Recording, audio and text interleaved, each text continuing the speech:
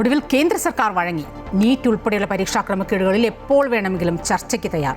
എന്നാൽ മന്ത്രിസ്ഥാനത്ത് ധർമ്മേന്ദ്ര പ്രധാൻ തുടരുന്ന സാഹചര്യത്തിൽ ചർച്ചയ്ക്ക് പ്രസക്തിയില്ലെന്ന് പ്രതിപക്ഷം.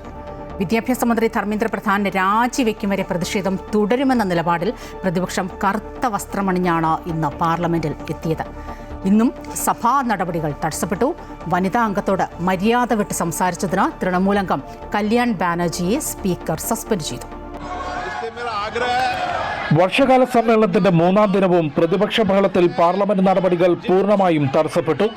രാഹുൽ ഗാന്ധി ഉൾപ്പെടെയുള്ളവർക്കെതിരായ പോലീസ് നടപടിയിൽ പ്രതിഷേധിച്ച് കറുത്ത വസ്ത്രമണിഞ്ഞെത്തിയ കോൺഗ്രസ് അംഗങ്ങൾ പാർലമെന്റിനകത്തും പുറത്തും ശക്തമായ പ്രതിഷേധമുയർത്തി.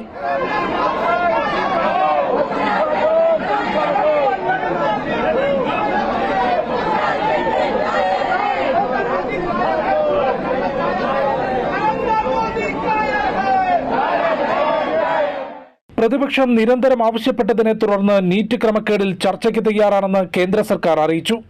എല്ലാ കക്ഷി നേതാക്കളുമായി സംസാരിച്ച് എപ്പോൾ വേണമെങ്കിലും ചർച്ച നടത്താമെന്ന് പാർലമെന്ററി കാര്യമന്ത്രി കിരൺ റിജിജുവും ലോക്സഭാ സ്പീക്കർ ഓം ബിർളയും വ്യക്തമാക്കി. नीट पेपर लीक का चर्चा के लिए पूरी तरह से तैयार है और हमने पहले दिन से कहा है जब चर्चा होती है तो किसी नियम के तहत होना पड़ता है और इसका व्यवस्था बनाना पड़ता है. പ്രതിപക്ഷം ആവശ്യപ്പെട്ടത് പ്രകാരം ചർച്ചയ്ക്ക് തയ്യാറാണെന്ന് കേന്ദ്ര സർക്കാർ അറിയിച്ചെങ്കിലും വഴങ്ങാൻ തയ്യാറാകാതെ പ്രതിപക്ഷം വീണ്ടും സഭാ നടപടികൾ തടസ്സപ്പെടുത്തി. വിദ്യാഭ്യാസ മന്ത്രി ധർമ്മേന്ദ്ര പ്രധാൻ രാജിവെക്കും വരെ പ്രതിഷേധം തുടരുമെന്നും കോൺഗ്രസ് വ്യക്തമാക്കി. പ്രധാനമന്ത്രിയുടെ വസതി ഉപരോധിച്ച രാഹുൽ ഗാന്ധിക്കെതിരായ പോലീസ് നടപടിയിലും പ്രതിപക്ഷം പ്രതിഷേധം അറിയിച്ചു. എന്നാൽ രാഹുലിന്റെ നടപടി രാഷ്ട്രീയ മര്യാദയ്ക്ക് ചേർന്നതല്ല എന്ന് BJP അംഗങ്ങളും വിമർശിച്ചു. അതേസമയം വനിതാ അംഗത്തോട് മര്യാദ വിട്ട് സംസാരിച്ചു എന്ന് ചൂണ്ടിക്കാട്ടി തൃണമൂൽ MP കല്യാൺ ബാനർജിയെ സ്പീക്കർ സസ്പെൻഡ് ചെയ്തു. ഈ സമ്മേളന കാലയളവിലേക്കാണ് നടപടി.